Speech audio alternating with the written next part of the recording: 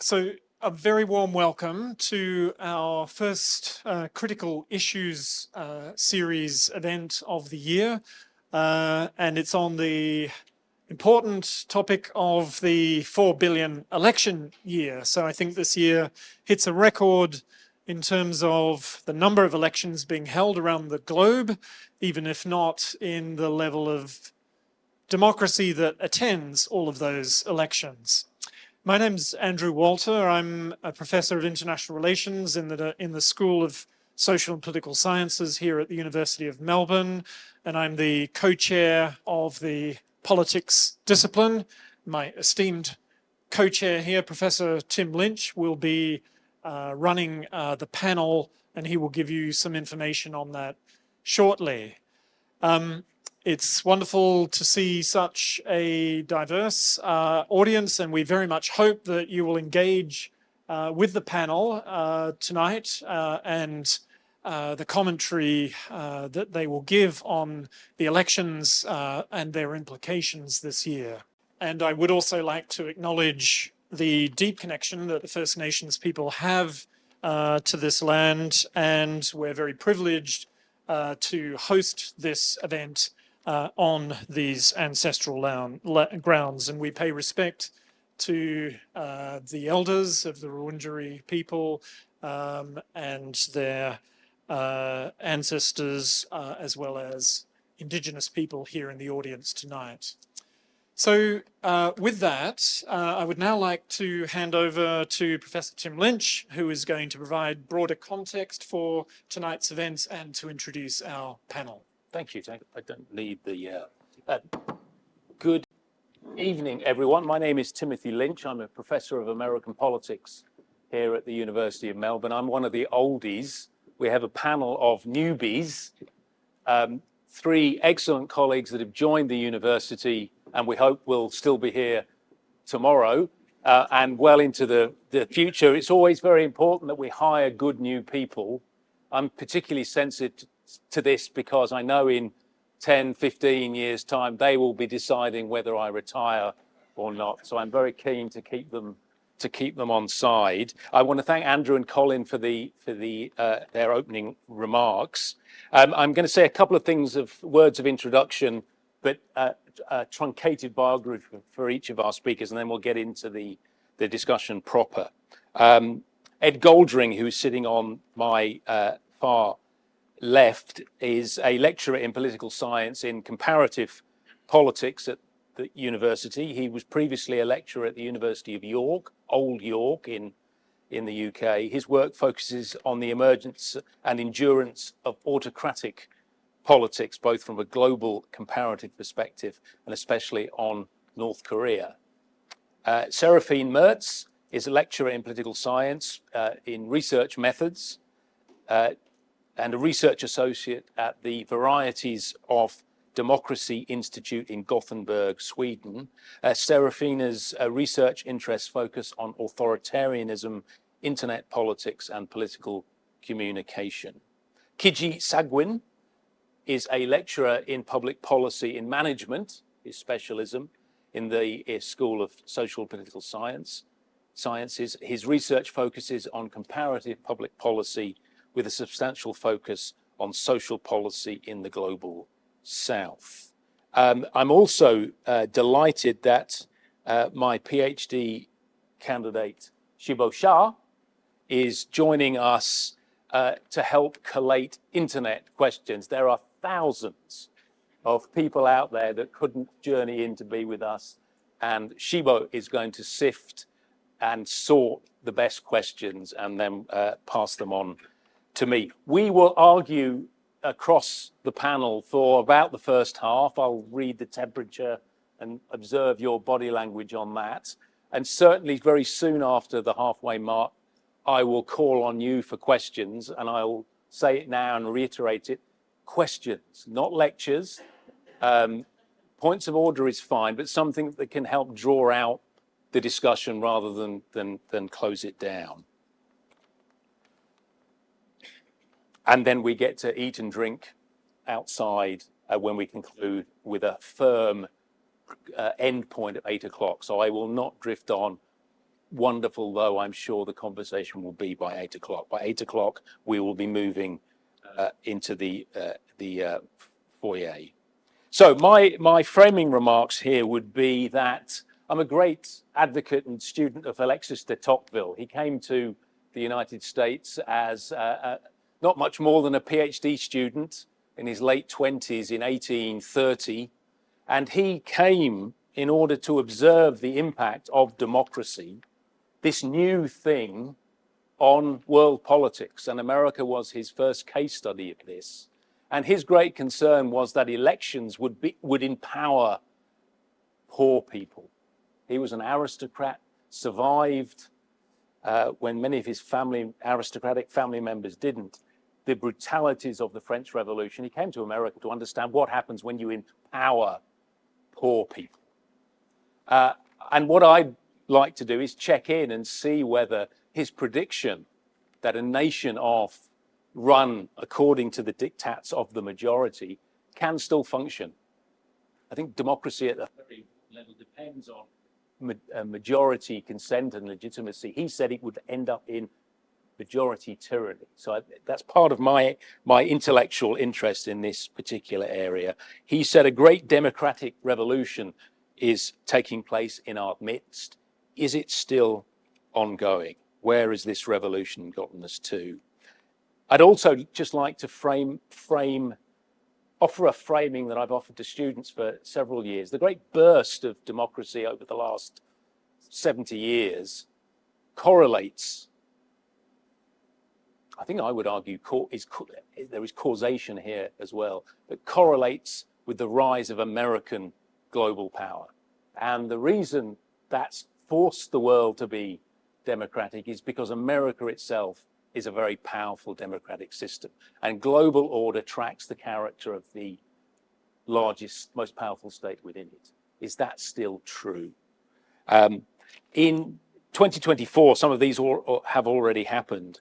Over half the world's population will be engaged in some form of election. We can argue about whether they are democratic or not.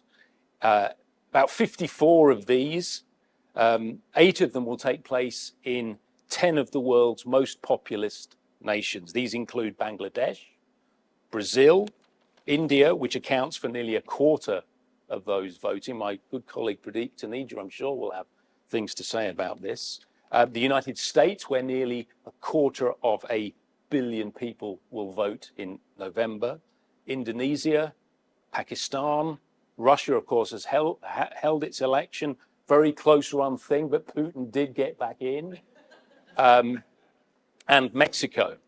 This is part of a SSPS critical issues series, and we would like to debate what this year means for democracy globally, for the rise and fall of democratic and autocratic systems, and for Australia's place in the world. So what I'm going to ask our panel to do is, the question I'm going to ask is, what does all this mean? Does this matter? Are we dealing with a fluke year and just trying to prosper on the back of this fluke? What does 2024 mean? I'm looking at you, but I'm going to start with Ed. This is on, you can all hear me. What does all this mean? So my initial take on this is that we should be careful about suggesting that there is one single trend that we can read from the fact that 4 billion people are voting in 2024. Really, of course, we're talking about 4 billion people having the opportunity to vote in some form. Whether they actually all will vote is another matter. So I think I would highlight that there are different types of elections taking place. And by that, I'm not talking about presidential, legislative, or local. I mean, in terms of democracy. So there are some elections which are just patently not democratic in any way whatsoever. So we mentioned Russia already. So Russia, Putin got over 87% of the vote. Again, I'll add my congratulations to him. The second place candidate got just under 4%. This, for many obvious reasons, was just patently not a democratic election. At the other end of the spectrum, we have, say, South Korea's legislative elections, which have already taken place. And South Korea's legislative elections score pretty highly in terms of the democratic nature of how they're conducted. And then we have other cases in the middle to varying degrees of this spectrum, right? So I would highlight India, for instance, as falling in that category. So India is voting at the minute over a long period of time, and there are definitely questions about how democratic this election is. But of course, I mean, it is qualitatively different in a positive way to say what took place in Russia. So I would defer from saying there's sort of one singular trend we can read from all of this and say we're talking about distinct class of phenomena taking place in 2024. That's a good start. Kiji.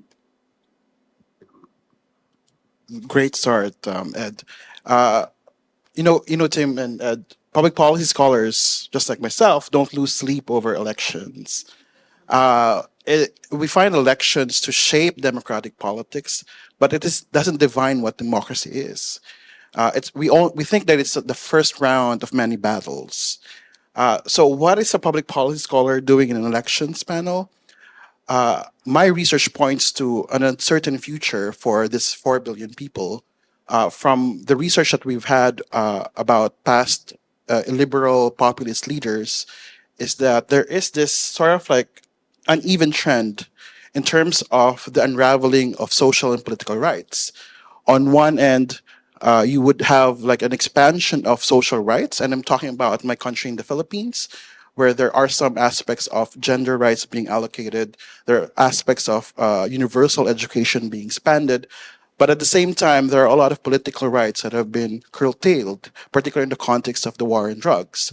So, based on just past elections, policies hold sort of uncertain future. We don't know exactly what will happen for these 4 billion people. Thank you. Seraphine. Yeah, thank you very much. So I think the numbers are really impressive, and it might really look at first sight as something which is good news for democracy. But then I would suggest that we take a second look, and in doing so, I very much agree with what Ed already and Kichi also already mentioned. So just to also add here some numbers, and I'm relying here on the democracy report of the Videm Institute, the Varieties of Democracy Institute in Gothenburg in Sweden. They publish this report every year and it's widely read. And they actually count 60 elections. But then it's quite remarkable that over half of these elections are taking place in countries where we see some substantial decline of levels of democracy. And then the other thing I would like to mention is that also nearly half of those countries are already autocratic. So we can really not call many of those elections as democratic. Yeah, and then if you might wonder, is there any good news about this election year? Actually, based on this report, it's actually just 5% of these 60 countries where we see some kind of improvement of democracy levels. So 5%, that's 3 countries, Tunisia, North Macedonia, and the Maldives, I think, where these elections are part of a greater improvement of democracy, some kind of democratization. And last point I would like to make, women represented in those elections, that's still a lack. So female candidates are very rare, and that is something we should be all concerned with. Thank you. Thank you. That's a very good start. Let me poke and prod a little to see if I can get a reaction. Is it? So we all have I think I'm right in saying it's some sort of shared experience of the European Union. I immigrated down here to escape the European Union, but luckily that won't be recorded anywhere. And the reason I ask this is part of the rationale for the European Union is it's meant to represent an escape from democracy. That if you give people too much power, you end up in torchlight rallies, you end up with fascism and Nazism. better to have a system run by technocrats, bureaucrats, that can insulate and filter out people power or the problems of people power. Is that where we're at now? That these elections, particularly we can address particularly the European context. We've got a situation now where the elections are merely a sop for what is actually increasingly a bureaucratic and technocratic regime. There's my provocation. Kiji, why don't we start with you? I also moved here to escape the European Union, coming from the Netherlands.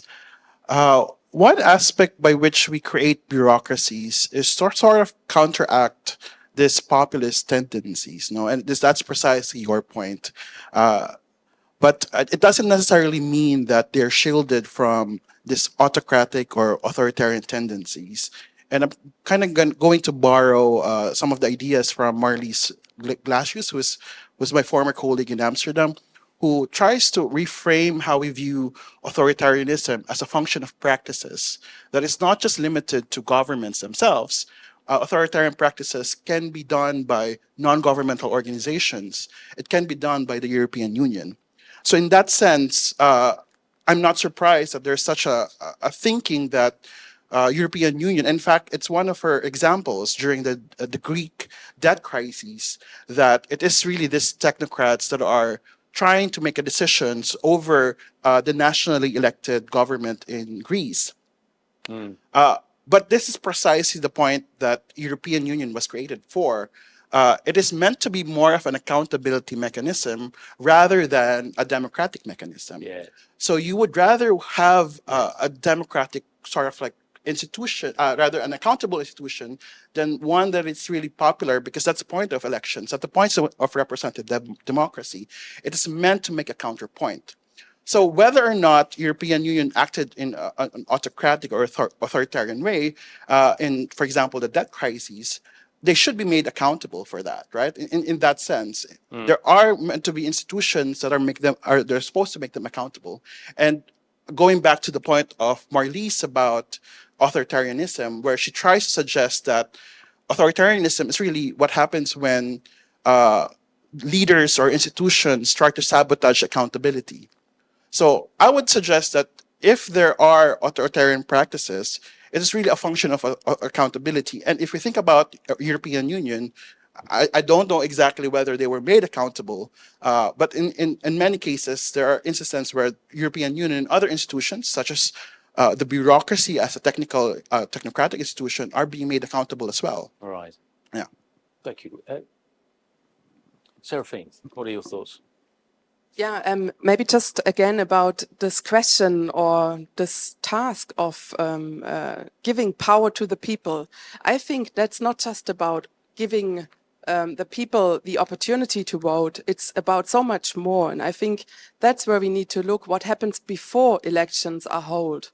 And that very much links to what you just mentioned, Kitty, that these authoritarian practices are actually becoming quite common in some kind of democracy. So countries we still consider as democratic, where we see authoritarian practices applied. And that is something which happens before elections are held, and that also decreases the rights and the opportunities of the people. So I would say we also have to assess freedom of expression, freedom of association, then also individual rights, civil rights, and so on, if we want to make this judgment whether it's good. I mean, I would definitely say it's good to let people vote, but it's not just this task of going or having the opportunity to vote. It's so much more. Yes, and that hackneyed phrase, it's a necessary but insufficient condition for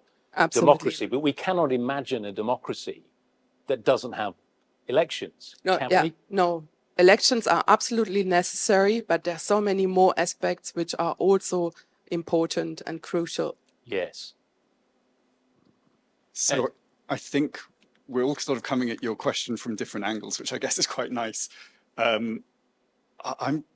I'm going to sort of use a phrase to try and summarize what I sort of interpreted as I guess the idea that you were talking about, which is this sort of autocracy by bureaucracy in a way. Yes. Like, are there sort of unelected bureaucrats running wild and effectively like ones who hold power in these countries? And that's, and please correct me if that's not what you're Well, I think not running wild, but by design. The EU By is design. not a conspiracy. It's deliberately engineered to be ruled by a technocratic class. Yeah. And this, for me, at least my view on this is that this is not a sort of common problem that I see in countries across the world. What I see as a bigger problem, and we talked about the US as an influential actor at the start, is how this idea is weaponized by certain political actors. And I think there's nowhere we've seen this more clearly than in the US with Trump and his famous, one of his many famous campaign slogans, drain the swamp, right? And so this really gets at the idea about the swamp being Washington, D.C., remove the power from all the unelected bureaucrats. And if you look at his campaign website and look at the details of his policy, look at the numbers of officials that he wants to basically have removed from their positions. And the Republican National Committee has spent a lot of time coming up with a list of the people that they want to fill all these roles. But maybe you look at that and you think, well, from a democratic perspective, what's the problem, right? As in, if Trump is elected, then he was elected by the people in a democratic election, so shouldn't he get to do that? Personally, I sort of agree with the original ethos of your question that we'll say an institution like the EU or other bureaucracies, this is almost by design that they are supposed to wield some power and engineer then there being some kind of stability even over a democratic polity. But the thing that worries me is seeing then that idea weaponized by certain political actors. Yes, share much of that. So let me answer my own question. This is not an indictment of the European Union. I think in some ways the American experiment is grounded in this notion of how you have legitimate government protecting unalienable rights without recourse to pure democracy. How do you insulate a government from people power? I think the Americans came up with it 20 decades before the Europeans cottoned on. But I think it's an important principle that in the United States, there are different levels of insulation from the popular passions deliberately built into the system. And elections, if you think about it, there is no national election where one person, one vote is the basic mechanism.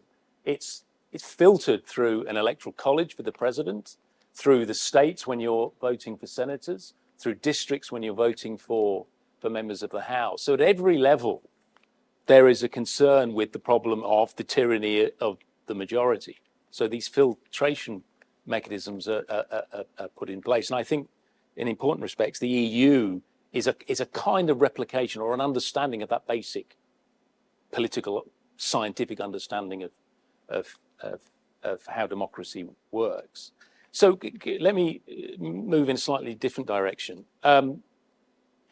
Do we think about democracy as a unified concept, or do we think about elections as having a universal global characteristic, or are we actually? This is an impossible discussion to have because what we need is an expert, an area studies expert across each area. Is it worth talking about a global notion of elections? Let's start here. Serafina. Yeah, maybe to start with your first question, whether there is a global or unifying notion of democracy, I would say that democracy is one of the most contested terms in political science.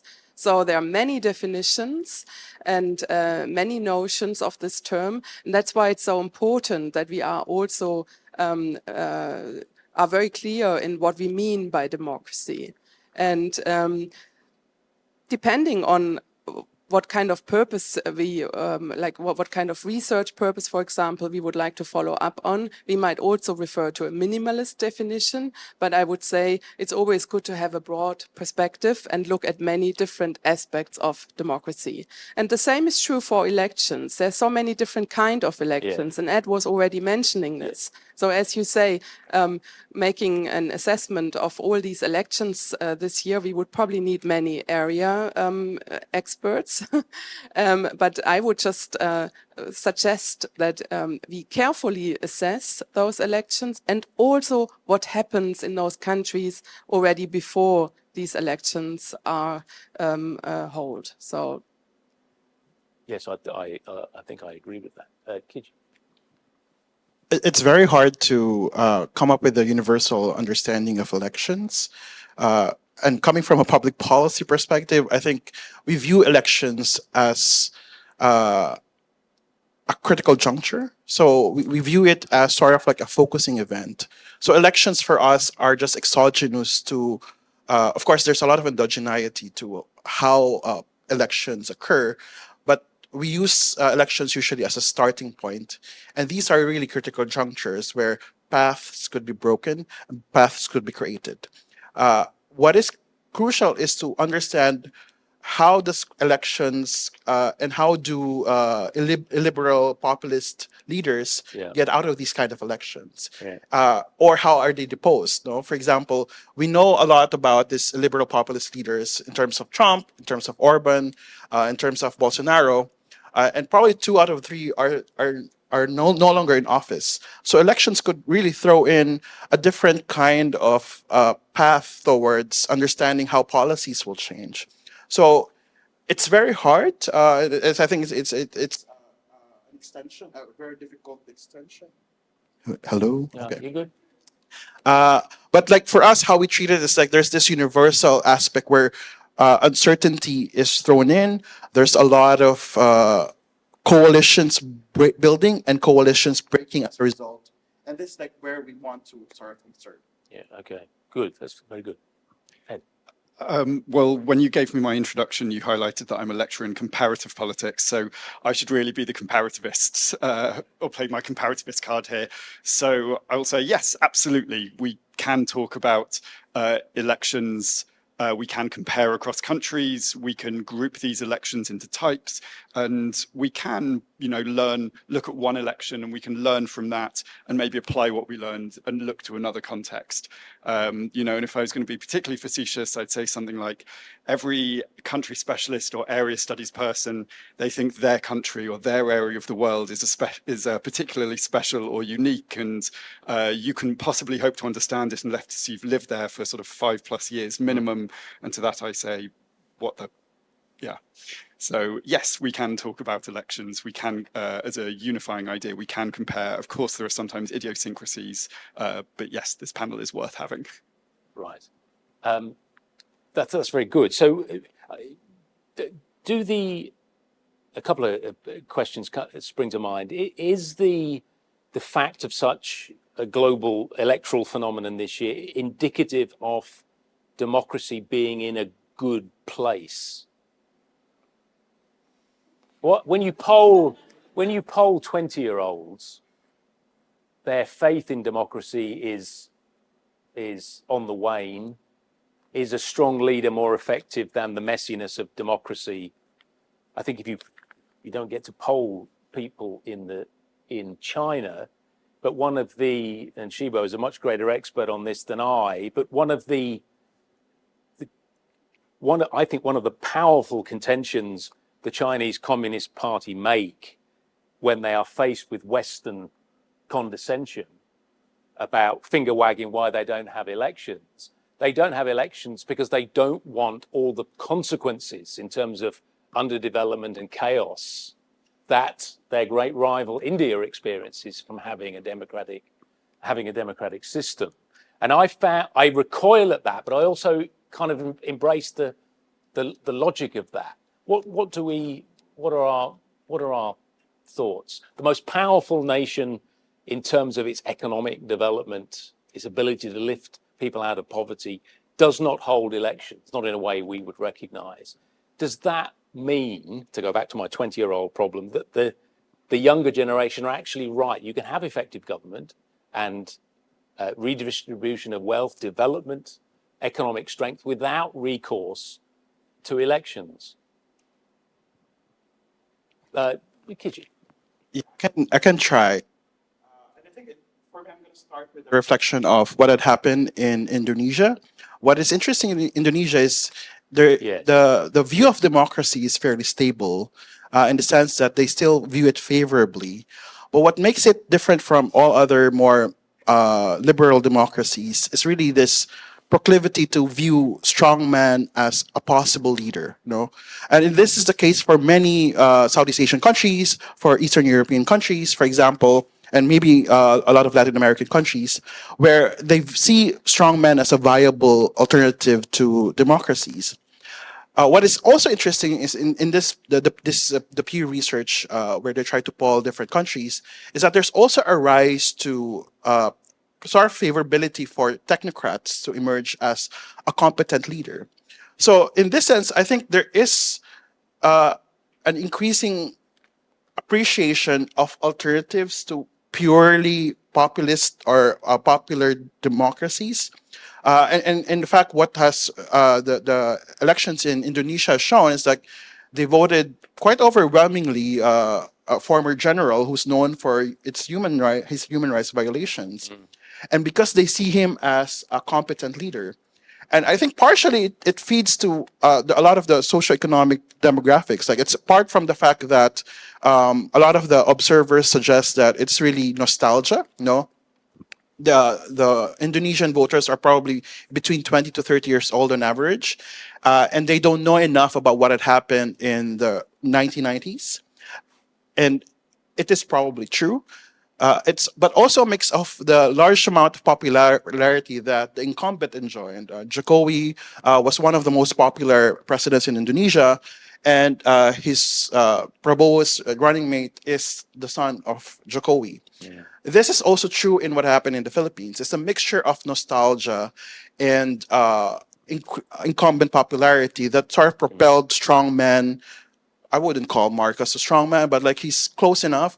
But strongman into sort of as a good alternative to democratic government. So I think it's really more of trying to have a diversity of views about who is a competent leader.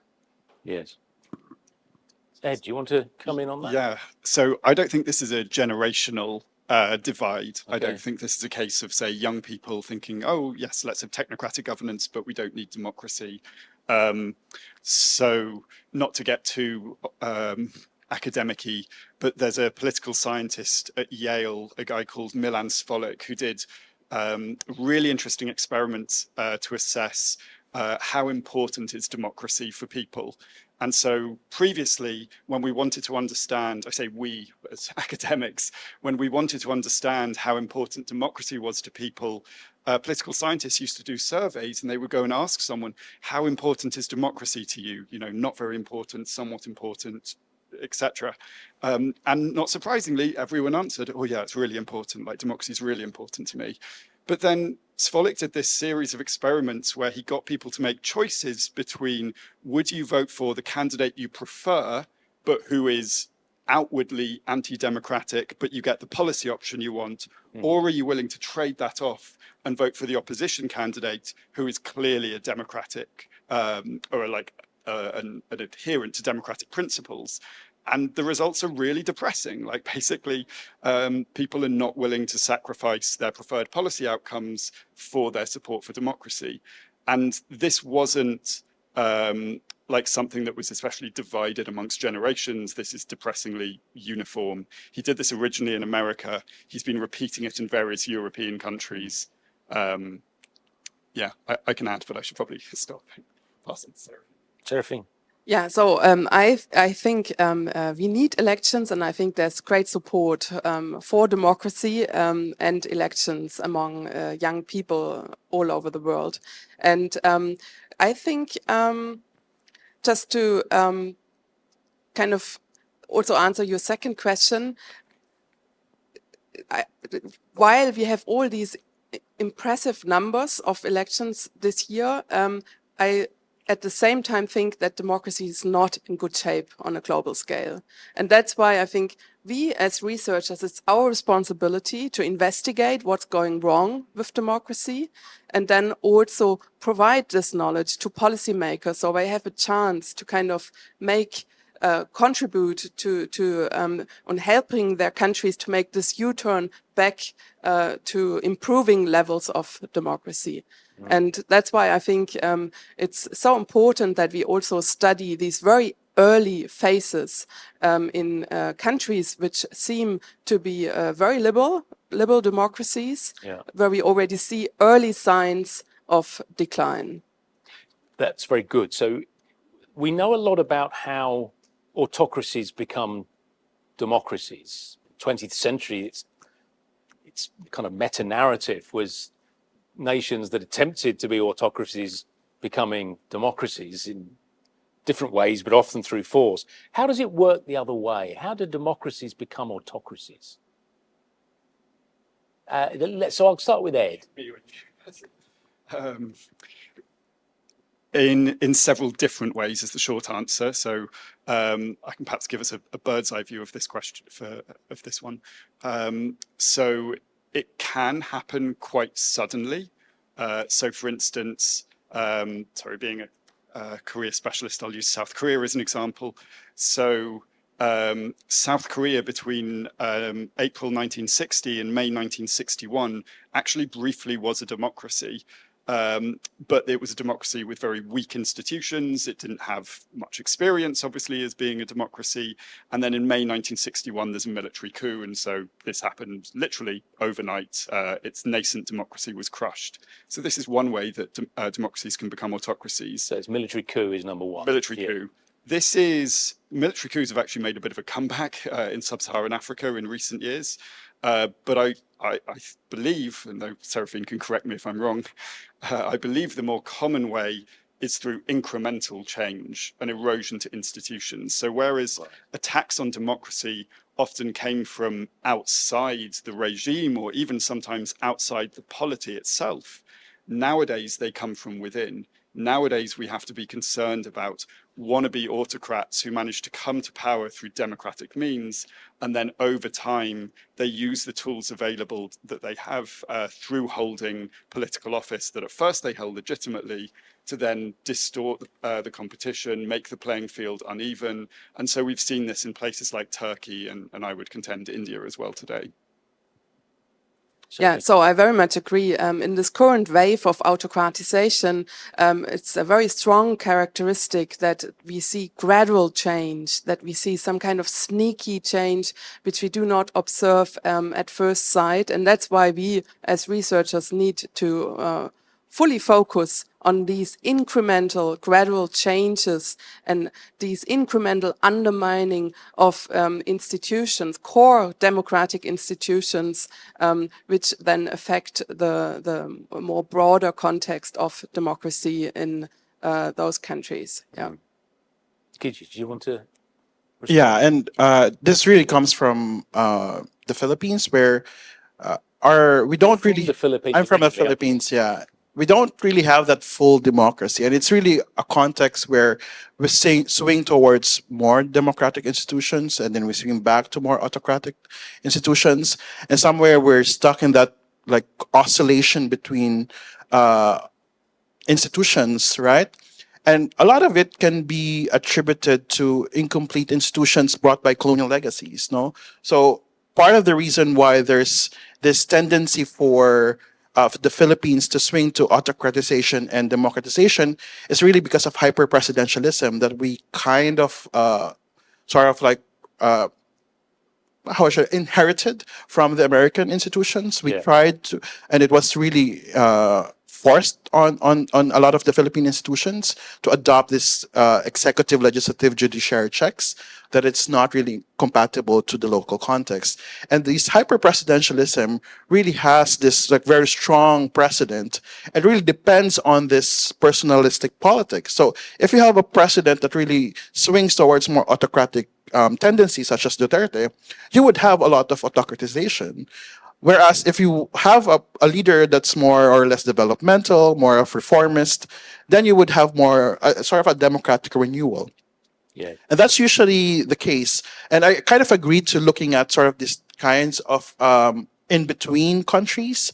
But one thing I want to further encourage fellow researchers and everyone is to also look into the sort of the meso level of this interactions. That whereas there's this swing to autocratization and democratization in the Philippines, we see that in spite of greater autocratization during the time of Duterte, there are pockets of democratic renewal within the bureaucracy. So there are resistance that resistance or resistant efforts that are being conducted by actors within the bureaucracy and within the policy system. And that was something that we should look into because that is key to democratic resilience, I think. Thank you. I always make a note when I lecture and when I am on any sort of public panel, how long it takes for us to mention Donald Trump. And I don't think we have mentioned Donald Trump to this point. So it's taken us about 44 minutes to get to Trump. So let me make my pitch, and I'm not trying to tempt you onto my area. The really difficult thing about pretending to be an American politics expert is that there are billions of them out there all contending to have the same knowledge, which is not true when it comes to South Korea or Zimbabwe or other places. Here's my argument that the role of elections in sorting out the Trump phenomenon, and by that I mean the absolute imperative that he loses or wins, but that he goes through a democratic an electoral process, is much more important than beating him putting him in a jail cell through some nefarious lawfare strategy. That seems to me only to make sense if you're a Democrat, if it means he loses the election. The only way you can restore confidence in the American system, I'm not crudely saying that Trump represents the opposite of that. Trump, whether you're pro or anti him, he has to lose. He has to face an electoral challenge and lose or win is probably the better way of saying it. So my argument here is that elections aren't tangential when it comes to the most powerful democracy facing an election this year. This election is absolutely fundamental to restoring not just American confidence, but a global confidence in the democratic health of that nation. There's no other way of doing it but through an election. What do you think, Seraphine? Yeah, so I was actually thinking a few years ago that the US under Trump and how he was voted out of office is actually a good example of how institutional strength succeeded. Yes. But by now, Yes. nowadays, I'm not so convinced any longer because he might now be elected again into office, and then it's not such a good example any longer. So not so sure, but maybe just to quickly come to also another, like we will discuss Trump probably too much, but so just to quickly refer to another example where I think we see this positive example of institutional strength is Brazil. And how Bolsonaro was voted out of office. Yes. So we don't know yet what will happen in the future of Brazil, but I think that was clearly a positive case. And let's see what happens in the US this year. And just to build on that, I think elections are important, but not the only thing. A lot of the thinking that we have is that there is a micro level foundations to democracy, and this is really about this regular interactions with a democratic government. And what's interesting about the Brazil case is that everyone celebrated it. He narrowly won against Lula narrowly won against Bolsonaro, but the moment you start talking to people there, it's a massive disappointment because Lula had to be confronted with a lot of the institutions that Bolsonaro kind of dismantled.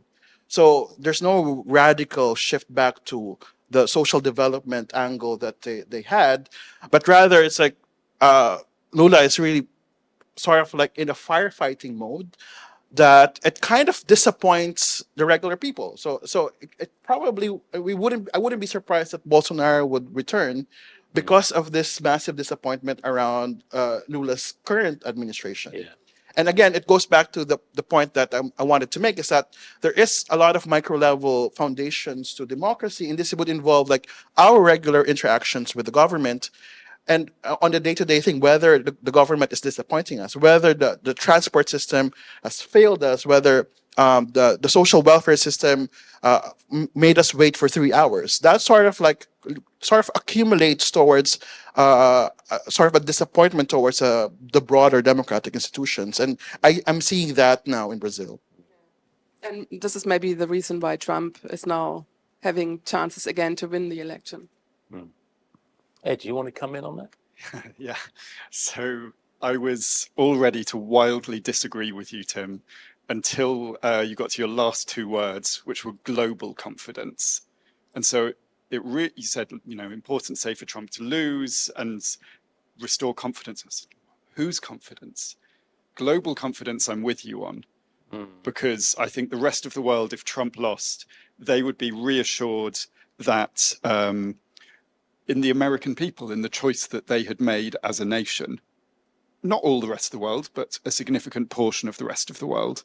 However, in this, for want of a better phrase, post-truth era that we're living in politics, where Trump, if he loses the election, and I have faith in the national level elections in the US. I don't have faith in some of the local ones, and we can talk about that. But you sound like Donald Trump now. He doesn't have faith in the process. No, I don't have faith in North Carolina and Michigan because I've seen their electoral maps.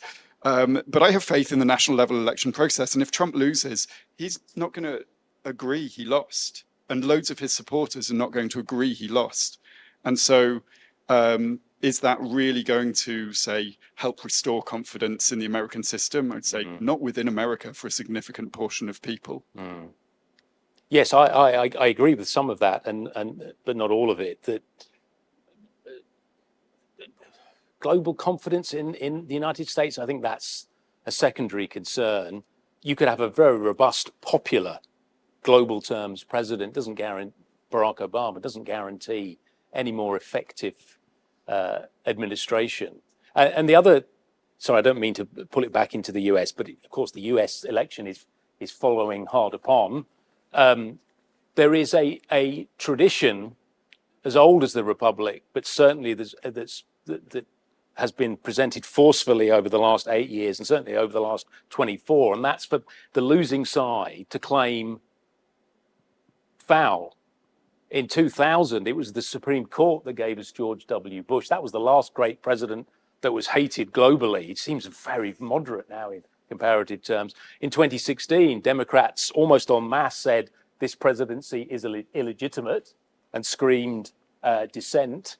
And then Trump comes along in 2020 and he, in turn, disputes the result of the election, which is why I think the election is the only way to solve this. We will expect dispute through courts, through public opinion, but it's only through that electoral college that we'll reach any sort of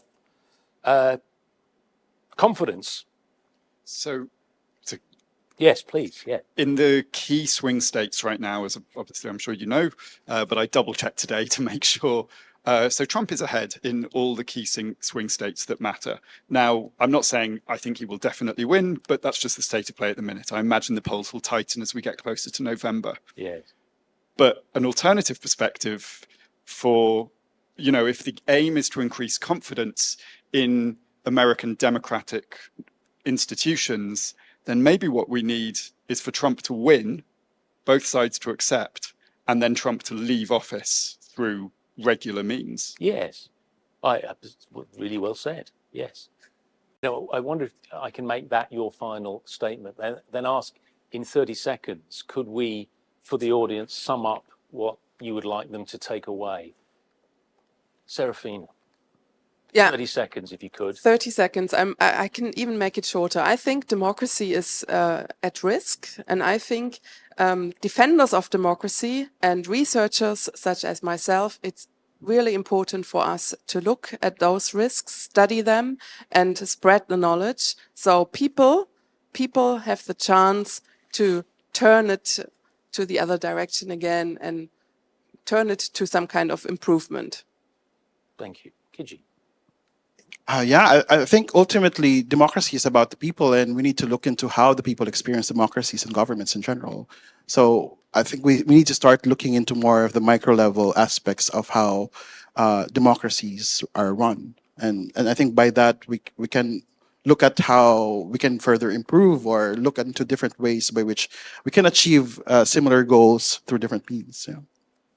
Thank you. I suppose my concluding, let me defend the American experiment, that I think it's one of its most important contributions is that it's a system that goes of itself. It's a system of laws rather than of leaders, or system of laws, not of men in its original formulation. And that is remarkably robust as an experiment, and it's got some way to run. And elections are an important way of checking the power in individual leaders, but also a way of making the experiment stronger. Thank you ever so much for coming up and asking such terrific questions. I'm sorry I didn't get to all the hands that went up. We now have a reception where you can eat and drink as much as you can see before leaving. I do want to put on record that Christine Can, this was her first event in her new role as events manager in the School of, and I think she's done a great job. I want to thank my fellow panelists for some really interesting ideas. It's really, I find at my age, when any colleague causes me to think even slightly differently about a subject, I feel rewarded, and you've certainly done that individually and collectively. Thank you all for coming. If any of you are voting in any of these elections around the world this year, I would urge you to vote early and to vote often. Thank you very much, and we'll see you outside, I hope.